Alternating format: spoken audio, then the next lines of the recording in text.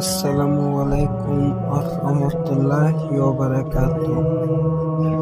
আজকে সহিহ বুখারীর প্রথম খণ্ডের ২৬ নম্বর পৃষ্ঠার ব্যাখ্যা। আউযু বিল্লাহি মিনাশ শাইতানির রাজিম। বিসমিল্লাহির রহমানির রহিম। শুরু করছি পরম করুণাময় অতি দয়ালু মহান আল্লাহ তাআলার নামে। মাতরক যে হাদিসের রাবী হাদিসের ক্ষেত্রে নয়, বরং সাধারণ কাজে কর্মে মিথ্যার আশ্রয় গ্রহণ করে বলে খ্যাত, তার বর্ণিত হাদিসকে মারাত্মক হাদিস বলা হয়। এরূপ ব্যক্তি বর্ণিত হাদিসও পরিত্যাজ্য। আগে আপনাদের আজকে বলে রাবী কি? রাবী অর্থ যার দ্বারা এই হাদিসটি বর্ণনা করা হয়েছে তাকে রাবী বলা হয়। মুবাহাম সেই হাদিসের রাবীর উত্তম রূপে পরিচয় পাওয়া যায়নি, যার ভিতর তার দোষগুণ বিচার করা যেতে পারে। এরূপ রাবীর বর্ণিত হাদিসকে মুত্তাহাব হাদিস বলে।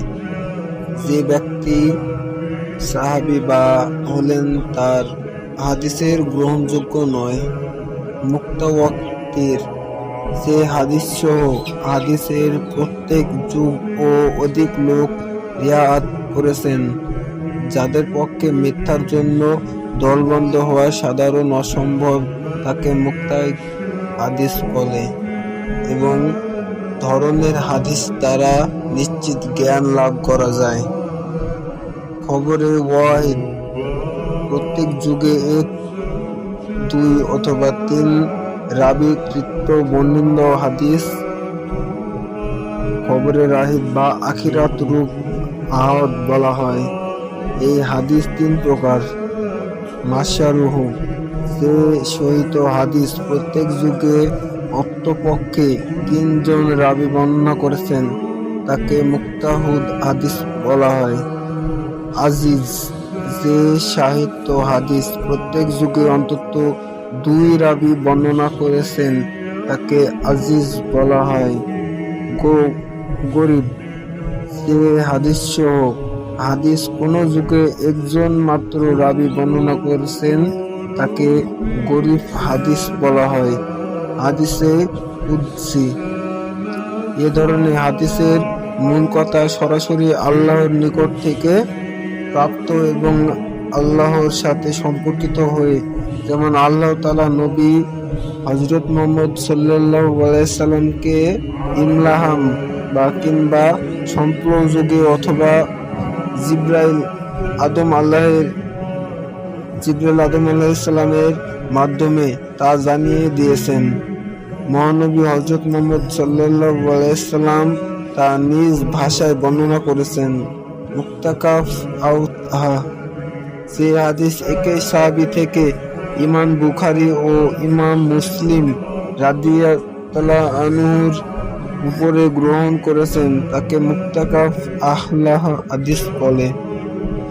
আদালত যে দৃষ্ট শক্তি মানুষের তাকওয়া ও শিষ্টাচার অবলম্বন এবং মিথ্যা আচরণ থেকে বিরত থাকে, যুগদণ্ড ও করে, তাকে আদালত বলে।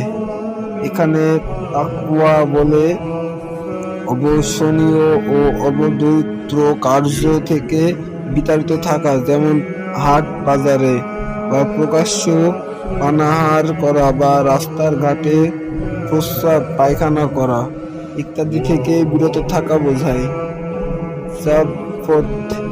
যে স্মৃতিশক্তি দ্বারা মানুষ শত্রু বা লিখিত বিষয়ের ভিত্তি বা বিনক্ত থেকে রক্ষা করতে সক্ষম হয়, তাকে ইচ্ছা বা সঠিকভাবে স্মরণ করে তাকে জাবরিত বলা হয়।